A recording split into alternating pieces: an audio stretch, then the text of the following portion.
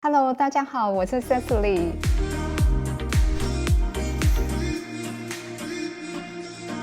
我们今天的占星观察室继续邀请了在上个礼拜为我们讲解土星跟海王星会合周期的 Mari Garcia 老师。我们上次提到的是这两个行星它的会合，然后对于整个大环境世界集体的影响，究竟它对于我们每一个个人的影响会是什么样子的情况。所以 Mari Garcia 老师呢，在今天会继续的来为我们做这个部分的说明。Hi, Mary. Hello, Cecily. We're back again. Yes, nice to meet you again. Yeah, and so we are so exciting to looking forward for your research for the Saturn and Neptune and for the personal part. Yep. Okay. So maybe I would like to just remind people where we left off the last time. Let me share my screen and we can talk about Saturn and Neptune. If everybody remembers, we talked about previously how the symbolism of Saturn and Neptune are epitomized by what they represent and also the things that they carry. So Saturn represents reality, structure, oppression, and authority, and his symbol is the scythe. We're cutting down the symbol of the harvest. And so it talks about what we sow, so shall you reap. And Neptune, on the other hand, the god of the ocean waves, his symbol is the trident. It is the three faces of Shiva, the creator, the preserver, the destroyer.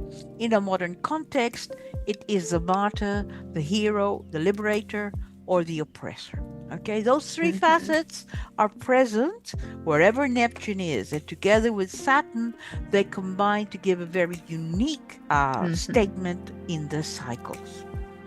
So, what does it mean for the personal? In the previous video, we talked about how the Saturn-Neptune cycle gets expressed in the collective, in society, in terms of upheavals, in terms of structures, institutions, and so on. But what happens to you personally when Saturn-Neptune comes about?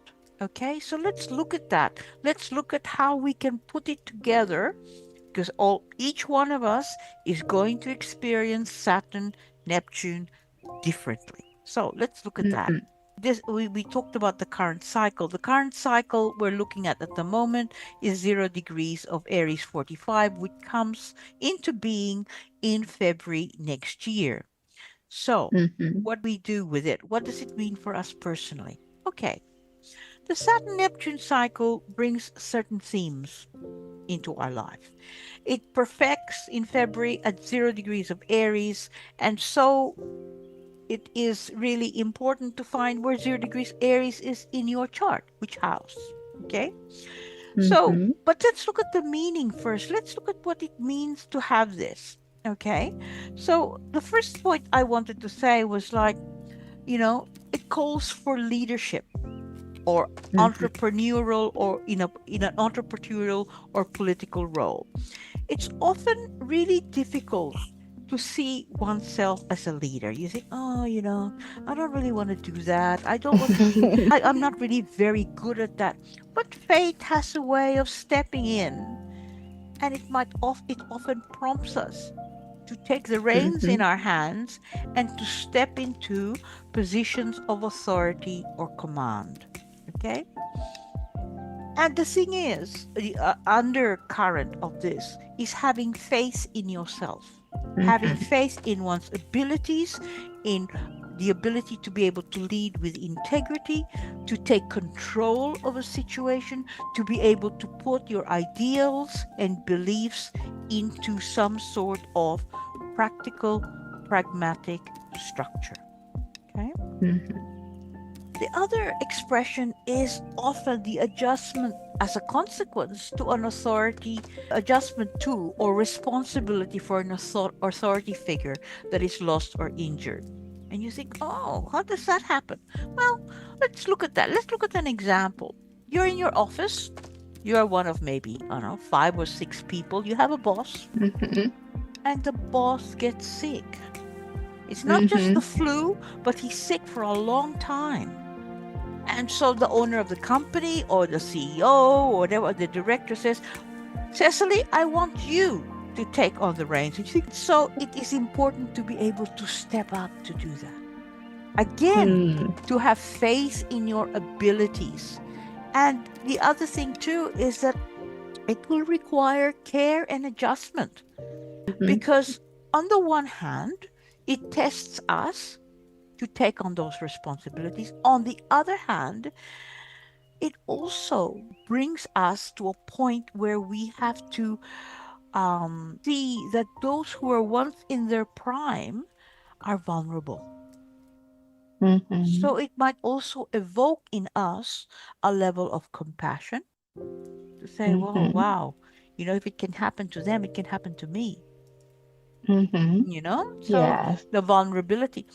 And so it is a twofold thing, the adjustment where you have to take on the responsibility for an authority for you that is lost or injured in some way. The other thing, on a personal level, it might be that a parent gets sick and that you have to care for them. And suddenly someone you looked up to all your life, someone who's been an example of what it is to be loving, caring, who's being there all the time, needs you. They need you. So, again, you're being asked to step up, to take on board that extra responsibility. Okay? I have this feeling, very strong feeling, echo of this kind of a role. Yeah. Because I play this kind of role quite a long time. Yeah. And the thing is too, sometimes if that role has been with you for a long time, the other side of it is actually kind of not just accepting it, but kind of realizing, maybe this is what I'm meant to be doing. This is what it's about. Being able to give back something. So it's a challenge. It's a challenge. Yes. Other way we can experience Saturn Neptune is, of course, when systems break down. The structures and systems in our life break down as a consequence of all sorts of reasons. It could be that it's a malfunction. So it could be temporary.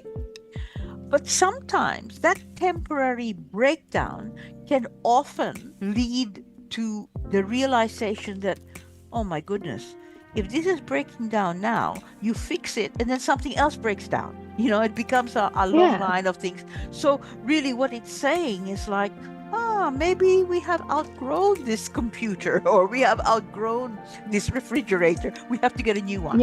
Yeah. The other thing, of course, that system breakdowns can be brought about is by incompetence or neglect by the people who are supposed to be looking after them.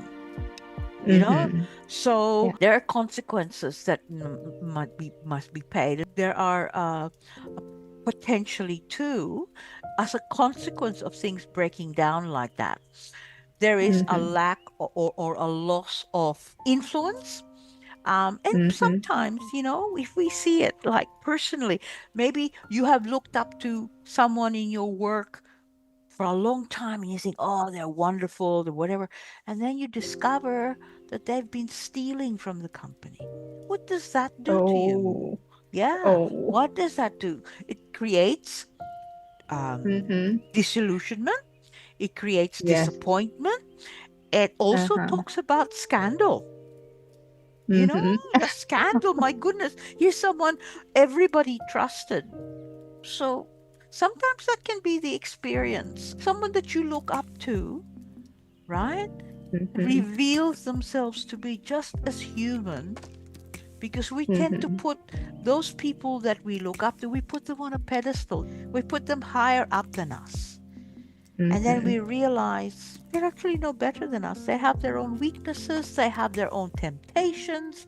And when they succumb to those temptations, they make themselves vulnerable, but they also make us vulnerable because we have invested so much in believing in them. Okay? So when that happens, it almost makes you personally feel that you lose faith in other people. Yeah. Does that make sense? Yes, and I think especially because the Saturn is in full in Aries, Absolutely. so yeah. So the vulnerable or the scandal thing, and also the underhanded things, and it brings us to the next one, the idea of accountability and ethical realignment. So as a consequence of that exposure of unethical behavior or whatever, then it will prompt each and every one of us, right, to take responsibility for those misalignments, thinking, oh, why has that happened? How am I going to react to it? It becomes a very personal thing. The other side of it is that you become the whistleblower. You're the one who exposes the unethical behavior. You say, no, this is not right. I have to stand up for the truth.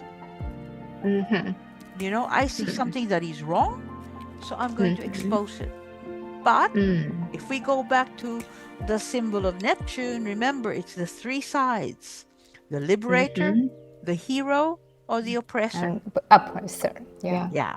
So you might think you're liberating your neighbors or your work group because you have exposed this unethical behavior, and then they turn on you. They say everything was fine until you opened your mouth, So there's always the three sides of Neptune is always there. You think you're liberating them with the truth, but sometimes you may be seen as the oppressor because you told the truth, and as a consequence you wear the consequences. You may end up being the victim, so there's always that.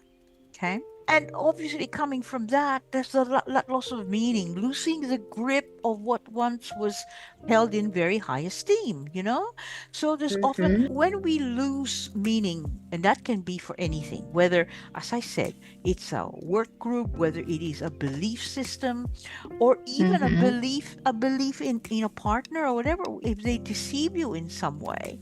How can I ever believe in you again? And that loss of meaning can often create a vacuum that is very hard to fill. It becomes very, I won't say tempting, but it then challenges the person to consider how they're going to fill that vacuum and what new goals or beliefs can sustain them down the track. Okay? But on the contrary, in our background, our culture, as a Chinese, we are much more materialism. Yeah, we take the personal achievement is all based on the many material things. So I always thinking that we didn't explore the meaning, the highest meaning of life. So.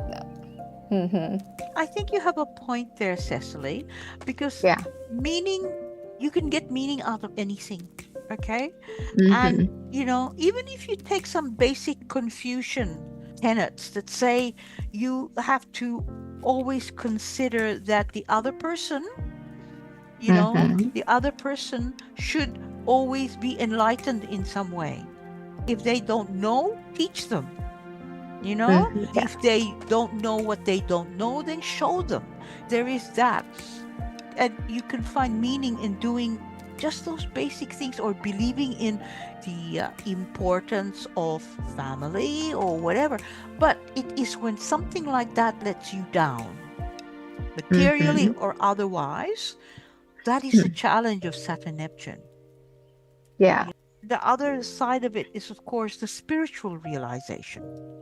And again, I'm looking forward to this. Yeah, and the spiritual realization, we always think we need a guru, we need a teacher. We're looking for that teacher who's going to provide us guidance, or who's going to give us a body of knowledge and whatever. Sometimes this is true, but not always. And I think one of the important things with Saturn Neptune is, yes, to explore the spiritual by all means, but don't allow yourself to be subsumed to the point of lacking pragmatism, practicality, or structure. Because sometimes the search for a spirituality, if we want to do that in a very general way, is, and we see it in examples all over the place.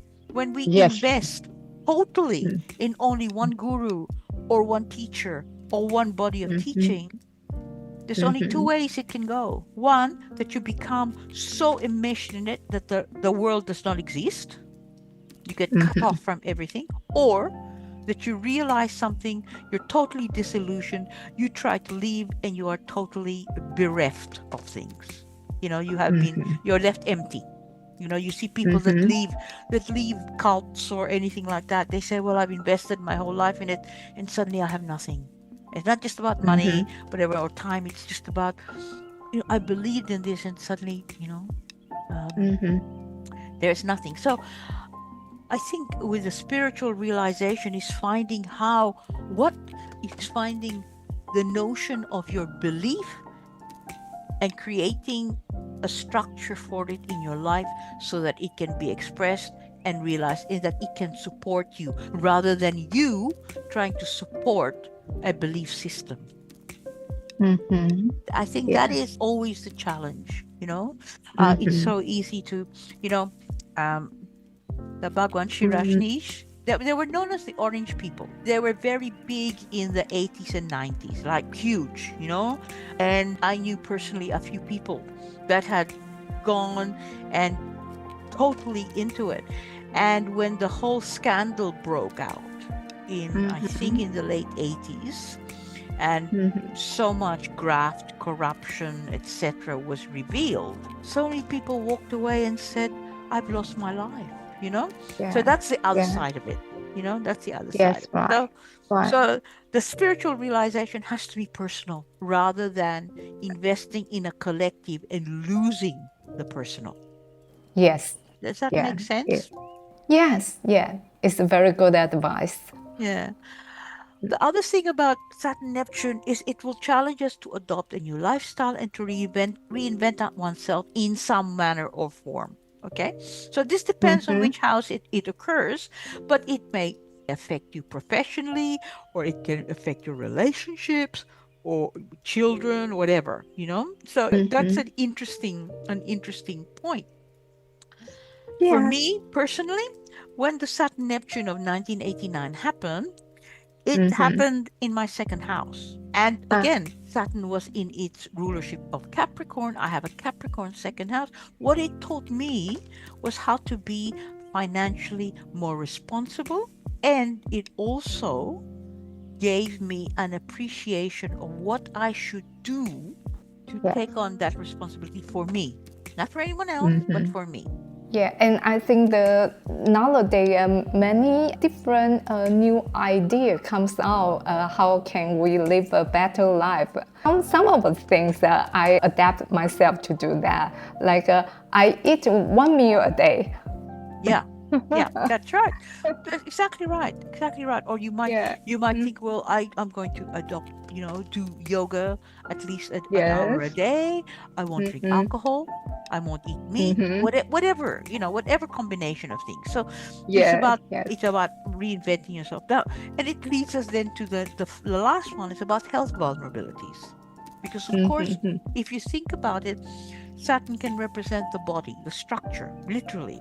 Yes. And Neptune is, of course, the erosion of that. So, again, depending on not just the house, but the aspects that it makes, especially to the personal planets, if it does, then, just be aware that if you, and this is I say to anybody, if you have something that worries you, that you think, I don't understand where this is coming from, go to the doctor. Do not pass go. Do not wait. If it's a problem, go and see to it. Because often with Saturn, Neptune, health vulnerabilities, it can come from nowhere, or it can come up and you think, I don't know where that came from. Or it might even be very difficult to pin down.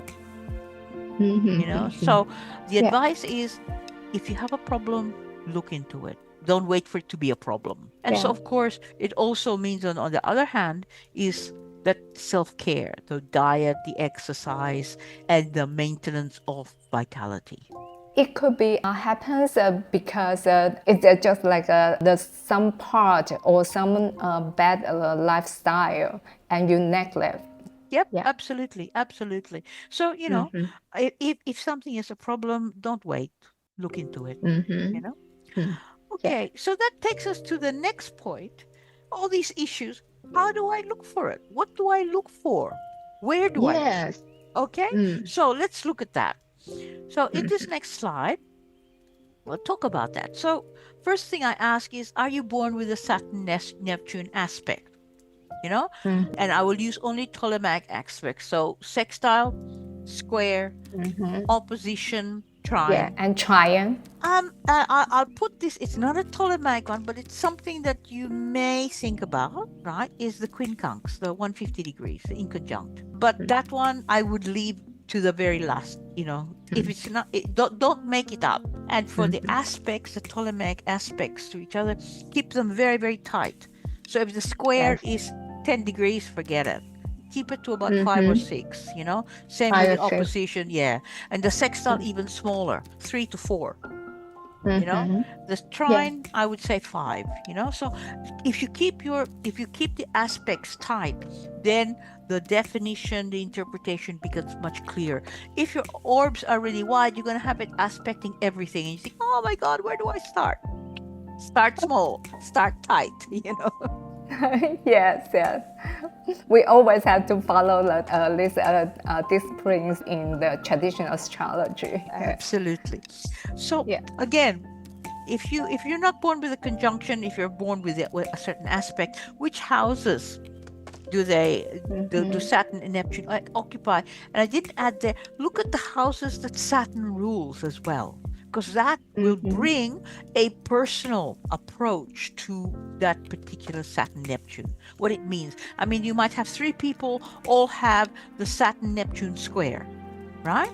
But depending on the house and depending which houses Saturn rules, we'll talk about the difference, how each of those people experience the Saturn-Neptune square on a personal level.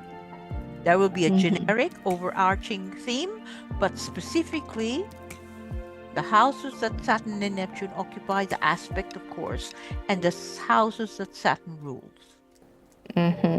Yes. Yeah. Okay. The next thing, if you are born in 1989 with a conjunction, then this is a really, really major time, because the person will be having the transiting waxing Saturn square at the same time. So again, pay attention to what's already in the chart, because you can't predict something that isn't in the chart. So, you know, look at what's in the chart, look at where Saturn, Neptune, what is it doing? The next point is check what Mars is. What is Mars doing in your natal chart? Because Mars is a dispositor of this upcoming conjunction. What's it going to do for you? You know, I have a very, very debilitated Mars. You know, it is out of sect, it is in fall, it is in the 8th house, it trines Saturn. So it is not an easy Mars, okay?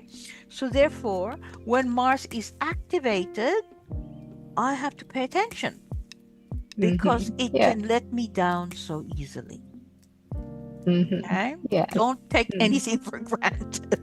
So the Mars in the chart talks about the personal individual experience of Mars. And then putting it forward, it tells you what it will do for the Saturn-Neptune conjunction that's upcoming as Mars transits through the chart at the time of the conjunction. So if we look at the conjunction, we know that in February 2026, at that conjunction, Mars is in the sign of Aquarius. This is, we talked about when we looked at, and it is sextile the moon. Sextile the moon. So if you put that onto your chart, right, look at what's happening to Mars to your natal Mars. So if you have Mars in Leo, right? If you have Mars in Leo, at the conjunction, you will have transiting Mars opposing itself. Yeah, so, you know. You were talking about Trump?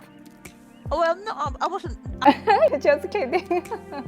Okay, so if we talk, you can talk about Trump, but if you have a Mars in Leo, because the conjunction chart has Mars in Aquarius, that's going to give you a Mars opposition, and that's going to affect your experience of that Saturn-Neptune conjunction.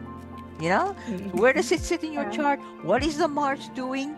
What is the transiting Mars doing? If you have Mars in Libra at 0 degrees, then that opposition is going to fall on your Mars. So all those things. So putting those together will tell you where's how Saturn Neptune affects you in your life, what parts of the life are going to be affected, what houses, what issues are going to be unearthed as a consequence of that Saturn Neptune. And the transiting Mars in those periods will give you an idea of how you handle the Martian energy or the Aries energy via its ruler Mars, you know? So this gives you a little bit of an idea of how you're going to deal with the issues that we talked about leadership, about looking after those that are vulnerable, about giving some structure to your belief, about creating a different environment spiritually or otherwise, and also dealing with any health or vitality issues. That is a little bit of a, shall we say, a little bit of a nutshell to take away with you and perhaps explore and apply over time and see how this Saturn Neptune really manifests in your life and how you can deal with it. Wow, I think you provide us is very, very reachable things. It is true because it's not only to tell the meaning behind and also how can we actually to look Saturn Neptune according to our chart and to see how it manifests. At the bottom line of it, Cecily, all of us make up the collective. So our personal experience becomes a collective experience at some point. Yes, it's very important. Especially these two planets, their motion is very slow, so it will be much more impact the collective. So we have to thinking about how the collective to impact our personal and our personal to impact to the collective. Absolutely. 30 years is not a long time, so we will experience the quarters of the cycle every 8 or 9 years. So that's doable in any life, you know? Yes, yeah. And thank you, Mary. Thank you for your reachful sharing this knowledge about from according to your presentation. Thank you again. It's a pleasure, Cecily. And all the best to everyone who's watching the video. 非常感谢 Mary 老师今天非常精彩的分享。其实呢，这个内容已经远远超过是一个采访了。他其实所提供的这些内容根本已经是课堂上的知识。那如果你们对于 Mary 老师所讲的这些内容非常感兴趣的话，那么 Mary 老师以及 Joy 老师会在今年的10月份的时候，在 SATA 有一场工作坊。你们可以在这场工作坊里面呢，跟这2位大师学习到更多深度的占星学的知识。那如果你喜欢我这支影片的话，欢迎你能够分享给更多人看到。那如果你想要学习更多深入的占星的知识，欢迎你能够关注 SATA 星空凝视占星学院。那我们下次见咯，拜拜。See you next time, Mary. See you. Yes, Cecily. Thank you again. Bye, everyone. Bye. Bye-bye.